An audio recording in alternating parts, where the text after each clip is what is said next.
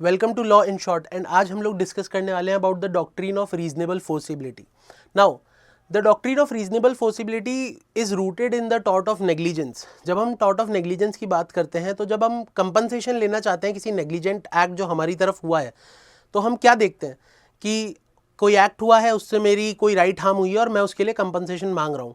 लेकिन लॉ के सामने एक क्वेश्चन आया कि अगर ये सिचुएशन बार बार आ रही है तो लोग ऐसी ऐसी चीज़ों की भी रेमेडी क्लेम कर रहे हैं जो बनता नहीं है उनका रीजनेबली क्लेम करना। मतलब क्या है? मतलब ये है, फॉर एग्जांपल मैंने कहीं पे पानी गिरा हुआ छोड़ दिया है।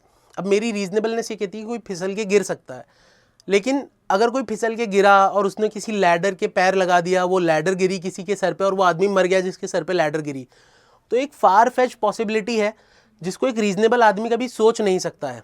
तो इस तरीके का एक रिस्ट्रिक्शन लगाना बहुत ज़रूरी हो गया था टॉर्ट ऑफ नेग्लिजेंस पे कि अनलिमिटेड लाइबिलिटीज लोग क्लेम ना करने लग जाए।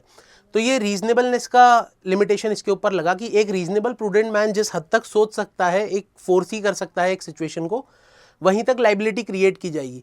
उतनी लाइबिलिटी क्रिएट नहीं कर देनी है जो एक रीजनेबल आदमी फोर्स ही नहीं कर सकता और एक एक्सेप्शनल केस में हो गई है, right? So this is it for our today's topic. This is law in short. Until next time, keep learning, keep growing.